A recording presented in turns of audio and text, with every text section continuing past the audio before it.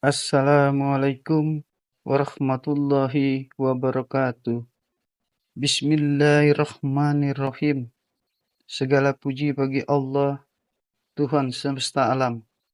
Kepadanya kami memohon pertolongan dalam urusan dunia dan agama. Dan semoga rahmat serta kesejahteraan dilimpahkan kepada Nabi paling mulia, serta kepada para keluarga dan sahabatnya. Dalam kesempatan yang berharga ini, marilah bersama-sama kita dengarkan ceramah yang akan disampaikan Ustadz Syafiq Riza Basalama. Dan semoga apa yang disampaikan menambah ketakwaan serta keimanan kita kepada Allah Azza wa Jalla. Barakallahu fiik. Ya Allah, semoga salawat dan salam, berkah dan nikmat senantiasa Engkau curahkan untuk hamba kekasih-Mu, untuk baginda Nabi kita Muhammad alaihi salatu wassalam, untuk keluarga beliau, untuk istri-istri beliau, untuk putra-putri beliau, dan untuk seluruh sahabat Nabi. Semoga Allah meridai kita bersama mereka.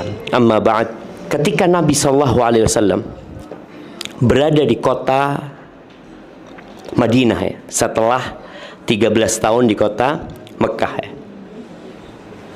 kita tahu bagaimana perjuangannya Khadijah radhiyallahu taala anha. Kita tahu bagaimana perjuangannya mereka yang hijrah,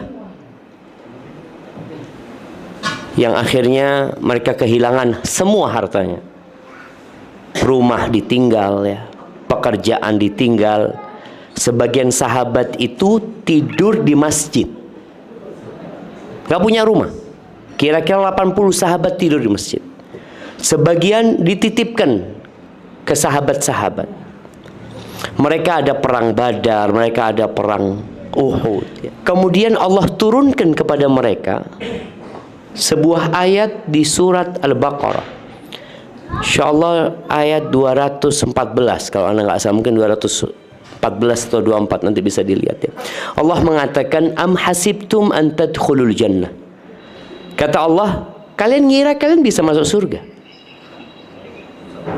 Bayangin, ya. Ini ayat turun teguran kepada sahabat. Karena kadang-kala orang itu merasa udah baik. Aku nih soleha nih, aku ini udah ibadah, aku ini udah sodako, aku udah ngaji, aku baca Quran, aku haji, aku umroh. Kadang-kadang ada perasaan sudah baik dan merasa kayaknya aku masuk surga. Allah katakan, kalian kira kalian bisa masuk surga? Walamma ya'tikum mathalul ladzina khalau min qablikum massathumul ba'sa wad-dharra wa zulzilu. Kalian belum pernah ditimpa loh dengan musibah-musibah, dengan ujian-ujian, dengan petaka-petaka, dengan penyakit, dengan kelaparan, kemiskinan yang pernah menimpa umat-umat sebelum kalian. Wa zulzilu, keimanan mereka digoncangkan jemaah dengan ujian-ujian. Hatta yaqula ar-rasul walladzina amanu ma'ahu mata nasrullah, sampai Rasul dan orang-orang beriman itu berkata, kapan ya pertolongan Allah datang? Ala inna nasrullahi qarib, sesungguhnya pertolongan Allah itu dekat. Kita perlu takut jemaah. Jangan merasa sudah pantas masuk surga. Kalau kita tahu Abu Bakar tuh dijamin masuk surga nggak? Dijamin masuk surga. Abu Bakar tuh pernah minta doa sama Nabi SAW. Orang yang dijamin masuk surga minta doa. Beliau mengatakan, ya Rasulullah, alimni du'aan aqra'uhu fi salati. Ajarkan kepada aku doa yang aku baca waktu aku sholat atau ketika aku berdoa. Apa doanya? Ibu-ibu, doa orang yang dijamin masuk surga, doa orang yang mendampingi Nabi SAW, orang nomor 1 setelah Nabi SAW, ya. Minta doa sama Nabi SAW, dikasih doa apa? Kita hafal insya Allah semua doanya. Doanya itu, Allahumma inni zalamtu nafsi zulman katsira. Abu Bakar diajarin doa. Katakan Abu Bakar ketika engkau sholat, Allahumma ya Allah, sesungguhnya aku banyak berbuat dosa ya Allah. Aku banyak menzalimin diriku sendiri dengan kezaliman yang banyak. Zulman katsira wa la yaghfiru dzunuba illa anta. Enggak ada yang bisa ngampuni dosa kecuali Engkau ya Allah. Faghfirli, bayangin ya, Abu Bakar minta ampun. Faghfirli maghfiratan min indika warhamni. Ya Allah, ampuni aku ya Allah dengan pengampunan dari dirimu, dan kasihi aku ya Allah. Innaka antal ghafurur rahim. Engkau maha pengampun dan maha pengasih. Artinya setingkat Abu Bakar takut dengan dosa-dosanya. Dan itu doa diajarin sama Nabi SAW. Maka seharusnya kita tuh semakin berumur semakin takut. Jadi orang itu semakin soleh bukan semakin tenang. Kita kan kadang-kadang kalau semakin soleh, kayaknya siap anak mati sudah, cukup amalanku. Nggak ada jemaah. Maka ahibati fillah, hari ini anak ingin kita mengevaluasi amalan yang sudah kita amalkan, dan sisa umur yang tersisa untuk amalan nanti. Rasul sallallahu alaihi wasallam itu pernah menyampaikan kepada para sahabatnya, ada satu perkara yang beliau sangat khawatirkan menimpa umatnya, bahkan lebih beliau cemaskan daripada Dajjal.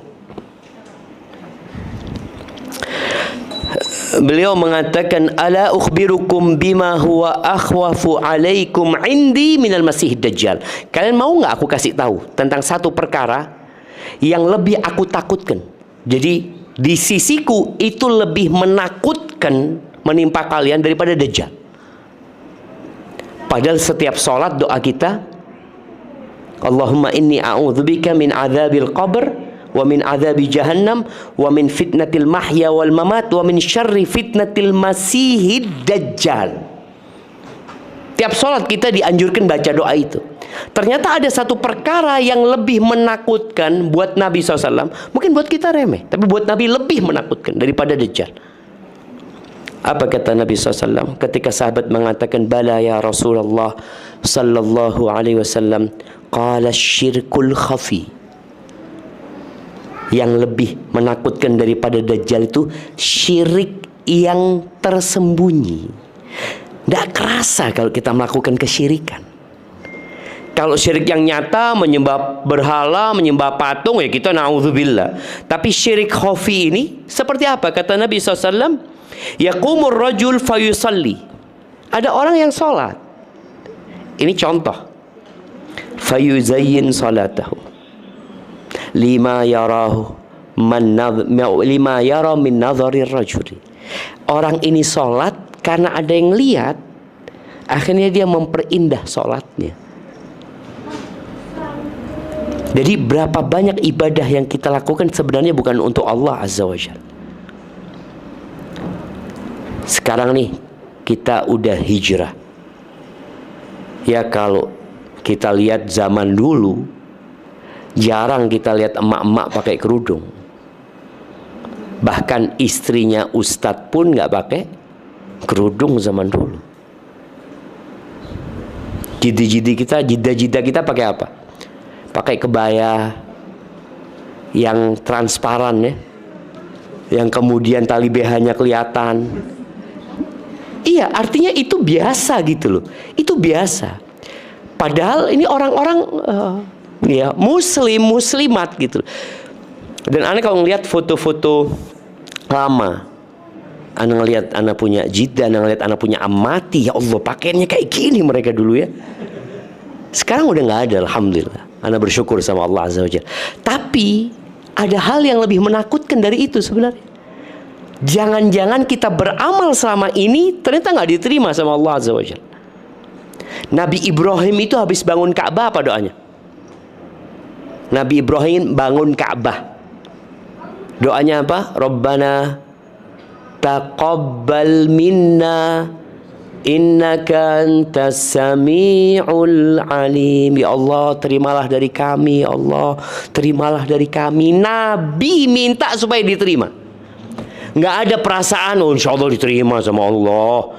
Aku kan Nabi, aku hamba pilihan Allah. Nggak ada sama sekali. Yang ada malah rasa takut tidak diterima. Maka ini harus kita tumbuhkan di diri kita.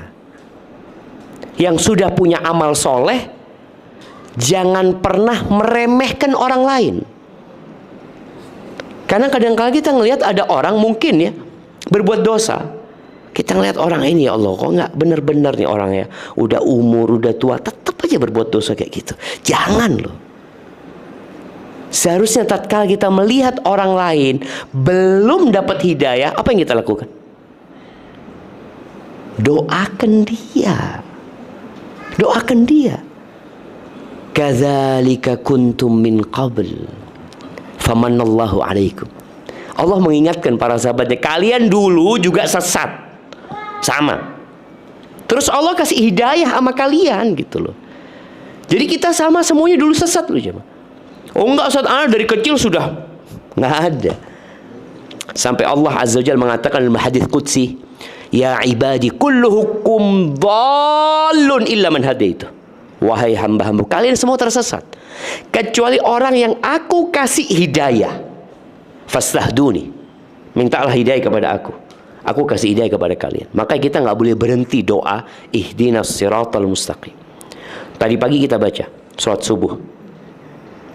Kalau kita sholat duha kita baca lagi. Sholat duhur kita baca lagi. Asar barusan kita baca lagi. Ihdinas siratal mustaqim, ihdinas siratal mustaqim. Nanti sholat maghrib 3 kali kita baca ihdinas siratal mustaqim. Isya 4 kali kita baca ihdinas siratal mustaqim. Gak berhenti jamaah. Karena kita berada di daerah yang sangat menakutkan. Iman kita ini bisa diambil loh jamaah. Walaupun kita sekarang sudah istiqomah. Ahibati fillah, setan tuh gak pernah tidur siang.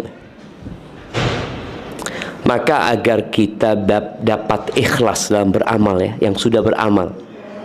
Ada yang belum beramal. Ada yang masih nanti insya Allah akan taubat ya. Semoga Allah berikan hidayah. Ada di antara kita yang mungkin masih melakukan perbuatan dosa yang Allah tidak sukain. Semoga Allah memberikan hidayah. Yang sudah beramal tetap berdoa. Apa doanya?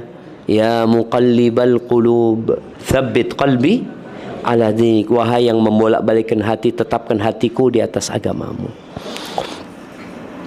Kemudian jamaah, ada sebuah doa yang kata Nabi SAW, kalau kalian baca doa itu, insya Allah tuh syirik kecil dan besar akan dihindarkan dari kita. Apa doanya? Jamaah, apa doanya yang Nabi ajarkan agar kita terhindar dari syirik kecil dan syirik besar? Intinya agar Allah menerima amalan kita. Kita selamat dari perbuatan yang membuat amalan kita ditolak.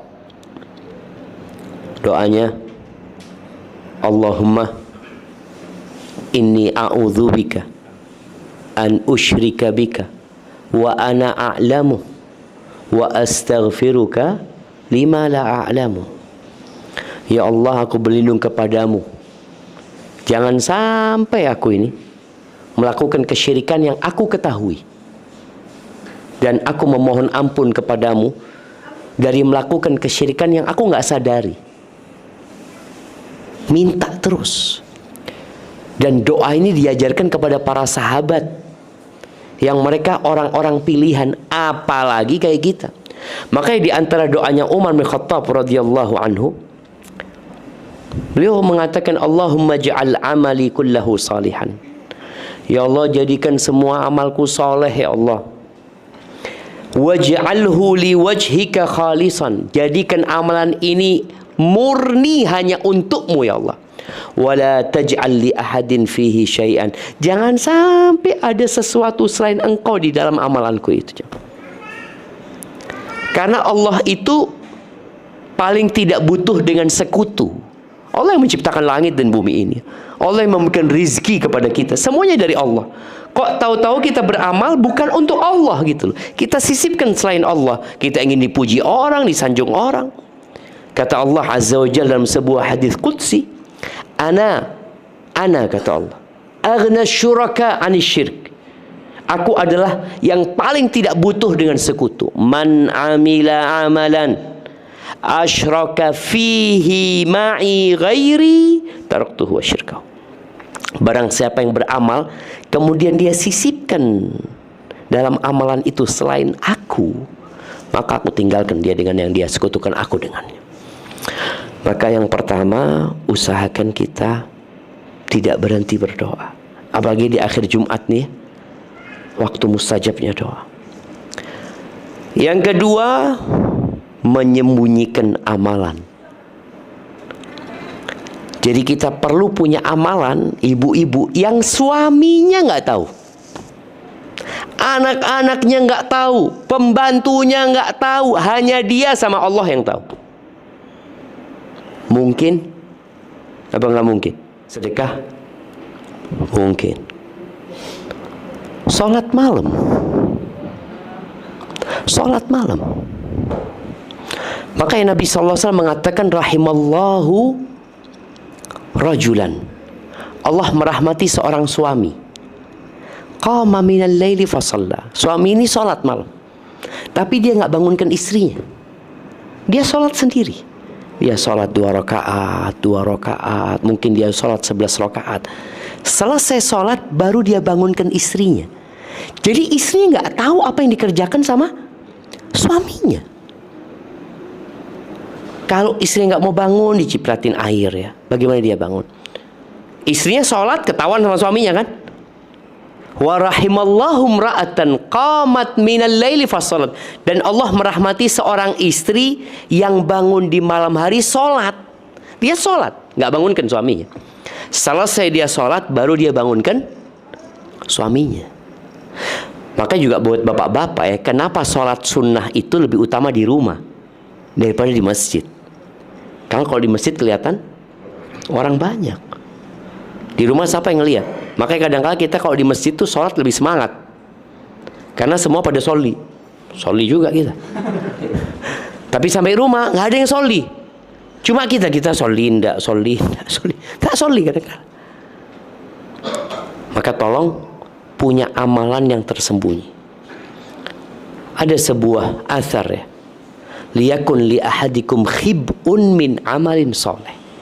Hendaklah salah satu di antara kalian itu punya amalan yang dia sembunyikan. Kalau bicara sodakoh, gimana dia bersodakoh nggak ada yang tahu. Dulu cicitnya Nabi SAW, Ali ibn Husain ibn Ali ibn Abi Thalib, yang dikenal dengan Ali Zainal Abidin ya. Ketika dia meninggal dunia, disebutkan di pundaknya itu ada warna hitam, bekas hitam ya. Ada bekas hitam. Ya orang nggak tahu kenapa. Setelah meninggal dikuburkan, ternyata orang-orang kehilangan sodakoh malam hari. Jadi dulu ada orang naruh gandum, mungkin apa, diketuk pintu rumahnya ditinggal ya, seperti itu. Orang itu baru tahu bahwa hal itu amalannya Ali ketika dia meninggal dunia. Jadi nggak ada yang tahu jemaah. Maka usahakan kita punya amalan yang tersembunyi. Ya kita mau riak gimana kalau amalan yang tersembunyi. Tapi sebagian kita Masya Allah, pagi matanya merah ya. Kok kenapa? Kok kayak sakit gitu ya. Oh iya afwan, tadi malam habis sholi malam gitu orang. Gimana dia menyembunyikan amalan? Dia ceritakan kepada orang. Ibadah umroh itu bisa nggak disembunyikan? Nggak bisa. Anda artinya umroh itu ibadah memang yang kelihatan. Kita naik pesawat ya kelihatan orang, kita pakai ihram kelihatan orang, kita tawaf kelihatan orang. Apa kita nunggu sepi baru kita mau tawaf? Nggak ada gitu loh. Itu ibadah kelihatan orang. Tapi bagaimana kita ibadah itu tetap jaga hati? Karena ada orang-orang yang foto di depan Ka'bah, ya kan Ka'bah, foto gitu. Padahal dia nggak doa, dia cuma sedang action berdoa. Kalau dulu orang itu riak karena ibadah ini, wala ibadah dia, udah, walas syukron gitu, nggak ada dia. Subhanallah jemaah, benar-benar Kita itu kalau bisa, ya udah doa kita nggak usah kelihatan orang. Walaupun kita umroh ketahuan orang, tapi ada ibadah-ibadah kita di Mekah pun yang nggak kelihatan sama orang. Itu perlu diusahakan.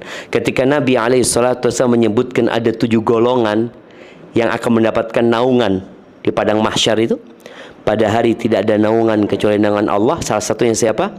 Wa rajulun tasaddaqa bi sadaqatin fa akhfaha. Seorang yang bersodakoh kemudian dia sembunyikan sampai tangan kirinya nggak tahu apa yang diinfakkan tangan kanannya. Dan khusus buat emak-emak ini harus banyak sodakoh. Kenapa? Ibu-ibu, kenapa ibu-ibu lebih harus banyak sodakoh? Sembunyi-sembunyi lagi. Kenapa? Ya, Nabi SAW ketika menceritakan banyak perempuan masuk neraka, perempuan itu punya karakter buruk, lupa dengan kebaikan suaminya, dia kurang bersyukur. Kata Nabi SAW, tasaddaqna, sodako kalian. Itu perempuan ngelepas cincin, ngelepas gelangnya, dilemparkan ke Bilal, cincinnya dilemparkan, ada yang kalungnya dia lemparkan. Ternyata sodako itu memperbaiki karakter kita, tapi sodako yang ikhlas. Gak perlu diceritakan, anak bantu fulan, oh gak perlu. Coba usahakan punya sodako yang memang suami pun gak tahu. Sekarang mudah, sodako gak ketahuan orang itu mudah. Dengan cara apa? Transfer sekarang ini. Transfer tanpa konfirmasi. Kalau memang rekeningnya udah bener rekening sodako gitu loh. Soalnya kalau rekening umum harus konfirmasi, Afwan, anak kirim buat masjid gitu ya. Akhirnya mereka jadi tahu. Tapi ada memang rekening sodako, ini rekening buat bangun masjid. Udah yang masuk sana akan jadi buat masjid. Ya udah kirim sudah. Istri nggak tahu, anak nggak tahu, suami nggak tahu. Benar-benar kita berusaha punya amalan yang orang lain nggak tahu. Taib. Yang ketiga, agar kita bisa menjaga amalan kita dan ikhlas, kita itu perlu melihat orang-orang yang lebih soleh dari kita. Baca bagaimana ibadahnya orang-orang terdahulu. Ada orang-orang terdahulu itu yang sholat sehari 300 rakaat. Ya dia memperbanyak sholat sunnah mutlak. Emak-emak itu ada yang punya banyak kesibukan karena anaknya masih kecil-kecil. Tapi ada fase di mana dia nggak punya anak kecil. Selesai sudah. Itu menjadi kesempatan baik kalau Allah masih kasih umur ya. Sudah waktu duha, sholli sudah. 2 rakaat, 2 rakaat, 2 rakaat capek zikir, baca istighfar, 2 rakaat lagi, capek zikir, terus sudah sholli sudah. Dan usahakan sholatnya di tempat yang nggak kelihatan orang. Sholat di masjid itu pahalanya berapa? Berjamaah di masjid 27. Kalau bapak-bapak sholat di rumah dapat berapa? 1. Kalau mama dapat berapa sholat di rumah? Dapat berapa? Lebih baik daripada dia sholat di masjid, dapat 27. Ada seorang sahabat kalau nggak salah namanya Ummu Humaid As-Sa'idi. Ummu Humaid As-Sa'idi ngomong sama Nabi SAW, ya Rasulullah, inni uhibbus salata ma'ak. Dia, ya Rasulullah, aku itu ingin, aku suka sholat bersamamu ya Rasulullah. Kata Nabi SAW, qad alimtu annaki tuhibbina salata ma'i. Aku tahu kau suka sholat bermakmum bersamaku di Masjid Nabawi ini jemaah. Tapi sholatmu, kata dia, di kamar tidurmu itu lebih baik daripada sholatmu di rumahmu. Jadi sholat di kamar tidur ya, apalagi di kamar tidur ada dulu namanya mikhda. Mikhda itu kayak gudang kecil. Sholatmu di situ lebih baik daripada sholatmu di kamar tidurmu. Dan sholatmu di kamar tidurmu lebih baik daripada sholatmu di ruang tamu sini, di ruang rumah yang lebih luas. Dan sholatmu di masjid kampungmu, di rumahmu lebih baik daripada sholatmu di masjid kampungmu. Dan sholatmu di masjid kampungmu lebih baik daripada sholatmu di Masjid Nabawi. Bayangin jam. Akhirnya Ummu Humaid ini minta dibikinkan musola di pojok rumahnya yang paling gelap, yang paling tidak kelihatan. Di situ dia beribadah sampai mati. Nggak pernah lagi dia ke masjid. Padahal sholat di masjid nggak dilarang. Tapi kalau bicara lebih baik, artinya lebih tersembunyi. Kalau sholat, kalau sekarang alhamdulillah mungkin di kamar tidur ya. Kemudian ada kadang-kala beberapa kamar tidur itu luas, ada ruangan lagi yang tersembunyi. Ya udah, bikin musola itu bukan yang kelihatan orang. Kadang-kala kan perempuan bikin musola di rumah, tapi kelihatan pembantu, kelihatan tamu, kelihatan siapa, kelihatan kita ibadah di situ. Boleh, boleh. Tapi kalau kita pilih tempat yang lebih tersembunyi, itu lebih baik. Udah nggak ada yang tahu. Di kamar itu kunci kamarnya, di pojokan sholat sudah di situ. Pas keluar kamar, mama dari mana? Habis sholat, habis sholli. Nggak perlu cerita, habis sholli. Udah sholatnya tersembunyi, cerita lagi sama orang. Ada urusan di kamar. Jadi ada kondisi kita benar-benar menyembunyikan amalan kita. Tadi kita belajar, kita baca cerita-cerita ulama-ulama terdahulu ya. Ada kisah seorang wanita yang diperkosa. Ketika dia perkosa, dia itu membakar tangannya dengan lilin. Dalam kondisi dia mungkin diikat ya, tapi dia masih bisa membakar jarinya dengan lilin. Yang memperkosa itu heran, kenapa engkau lakukan itu?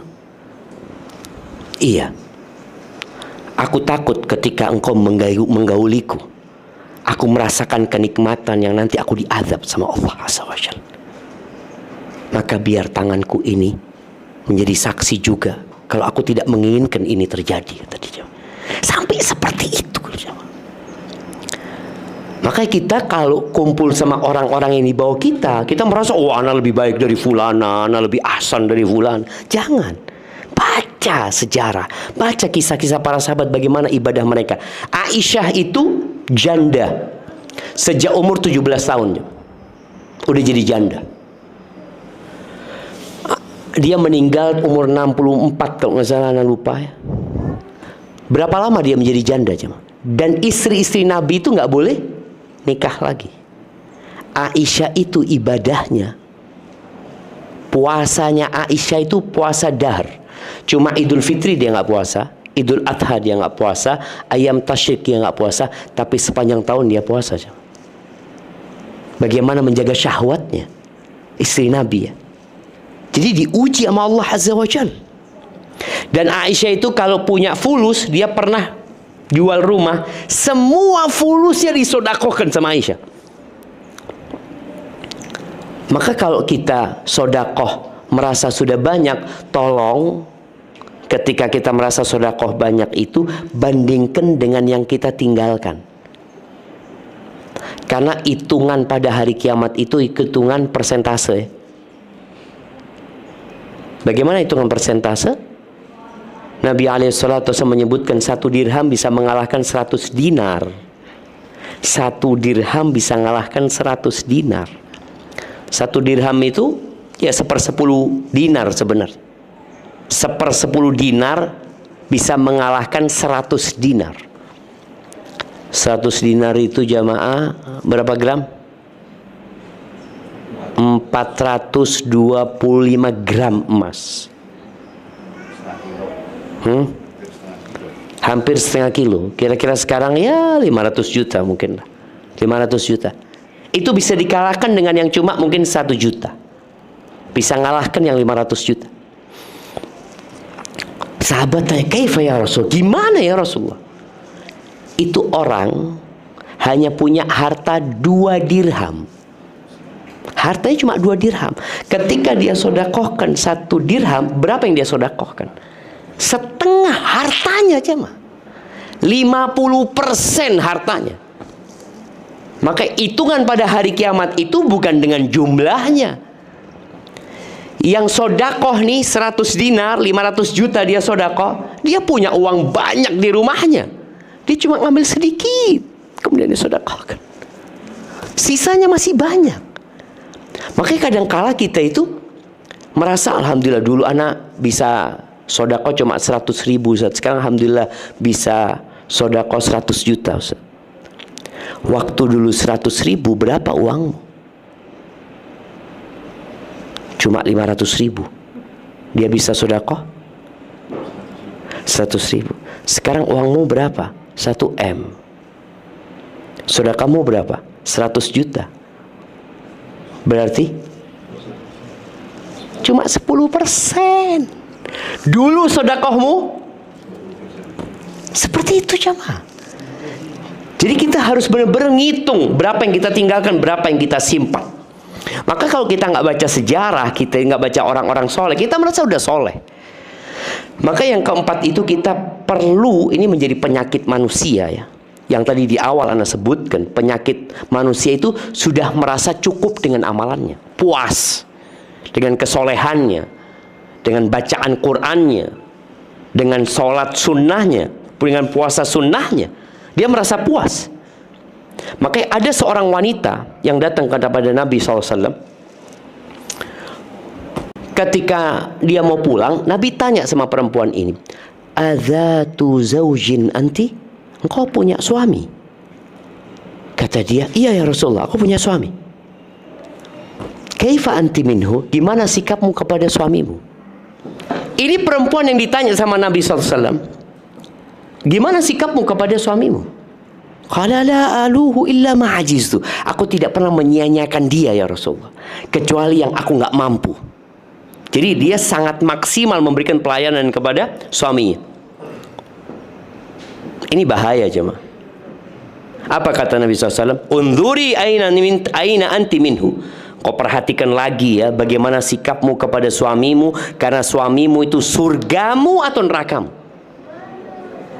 Jadi kita kadang merasa sudah, belum tentu sudah. Maka tolong jangan merasa sudah soleh. Tadi perasaan sudah baik itulah yang membuat kita akhirnya tidak pernah menambah kebaikan kita. Apa sih kurangnya aku? Kayaknya nggak ada. Ahibati fillah. Ada sebuah ungkapan ya dari salafus saleh yang mengatakan ada seorang yang masuk surga gara-gara dosa, dan ada orang yang masuk neraka gara-gara ketaatan dia. Ini orang taat masuk neraka, orang berbuat dosa masuk surga. Loh, kok bisa? Para ulama menjelaskan, ini orang yang berbuat dosa, dosa itu selalu menghantui dia. Dia takut, ya Allah aku berbuat dosa. Kemudian dia istighfar, dia mohon ampun, dia malu sama Allah SWT. Akhirnya dosanya ini menggiring dia menuju ke surga, karena dia akhirnya jadi orang baik, tapi masih takut sama dosanya. Tapi ada orang yang melakukan ketaatan, kemudian dia bangga dengan ketaatannya, dia merasa sudah soleh, bahkan dia meremehkan orang lain. Akhirnya dia masuk neraka gara-gara ketaatan dia yang dibalut dengan ujub. Dan kata Nabi SAW, termasuk yang menghancurkan manusia itu i'jabur rajuli binafsi. Dia takjub sama dirinya. Ada perempuan kalau bercermin ketawa-ketawa sendiri, ada yang lihat, ya Allah bagus banget anak punya anak ya. Dia lihat kiri kanan, ada yang bangga sama dirinya sendiri. Padahal ketika tanya sama anaknya, nak, mama gimana nak? Mama udah tua mah. Tapi ketika dia bercermin, dia merasa masih muda. Anaknya. Itulah kadang-kala kita perlu yang namanya apa namanya ya? Auditor eksternal. Soalnya kalau kita mengaudit diri sendiri, kadang-kala merasa kayaknya sudah khair anak ini. Iya. Ada orang yang suka ngomongin orang lain tapi nggak sadar. Anaknya yang tahu. Anaknya itu ngomong, Ustaz, anak punya abah kayak gini Ustaz, anak punya umi kayak gini Ustaz. Gimana Ustaz ya? Tapi dua orang ini, abah sama umi anak, merasa nggak masalah. Bahkan kalau dikasih nasihat sama anaknya, udahlah engkau masih bau kencur, nggak tahu apa-apa. Ini bahaya sekali jemaah. Dan memang sombong itu menolak kebenaran dan meremehkan orang lain. Maka kita perlu takut. Yang kelima ini kita perlu takut amalan kita nanti nggak diterima sama Allah. Perasaan takut itu yang membuat kita habis sholat baca apa? Astaghfirullah, astaghfirullah, astaghfirullah. Bayangkan habis sholat istighfar, bukan habis berbuat dosa loh. Kalau orang habis berbuat dosa, habis gibain orang lalu astagfirullah, astagfirullah, ya pantas dia berbuat dosa. Ini habis sholat istighfar. Ini menunjukkan bahwasanya kita memang perlu takut. Jangan-jangan sholatku nggak diterima sama Allah Azza wa Jalla. Berapa banyak sholat kita yang hanya 1/10 yang diterimanya. Bahkan ada orang yang sholat selama 60 tahun. Kata Nabi SAW, Innar rajula la yusalli salata sittina sana walam tuqbal lahu salah. Ada orang yang sholat selama 60 tahun, satu pun sholatnya nggak ada yang diterima. Satu pun nggak ada yang diterima. Kenapa? Asal-asalan dia sholat. Yutimmu ruku'ahu wa la yutimmu sujudahu, yutimmu sujudahu wa la yutimmu ruku'ahu. Sujudnya bagus, tapi rukuknya enggak. Ada yang rukuknya bagus, sujudnya enggak sempurna. Yang penting dia sholat. Maka tolong kita pelajari lagi. Apa sih syarat-syarat agar ibadah kita diterima sama Allah Azza wa Jal? Kemudian jamaah, kita nggak perlu sibuk dengan omongan orang. Orang mau jelekin kita, orang mau menghina kita, udah nggak usah sibuk sama omongan mereka. Juga nggak perlu bangga dengan pujian orang. Orang itu muji kita nggak ada gunanya juga. Pujian yang berguna itu pujiannya Allah. Jadi kalau mau riak sama siapa? Sama Allah Subhanahu wa Ta'ala. Jangan sibuk dengan omongan orang. Kemudian yang selanjutnya, ingat suatu hari kita di kuburan sendirian. Maka nggak perlu kita ngurusin orang. Nggak perlu kita merasa lebih baik dari orang lain. Nggak perlu kita menunggu ucapan jazakallah khair dari orang lain. Sudah, kita berbuat karena Allah Azza wa Jalla. Barakallahu fiik. Itu mungkin dapat Anda sampaikan.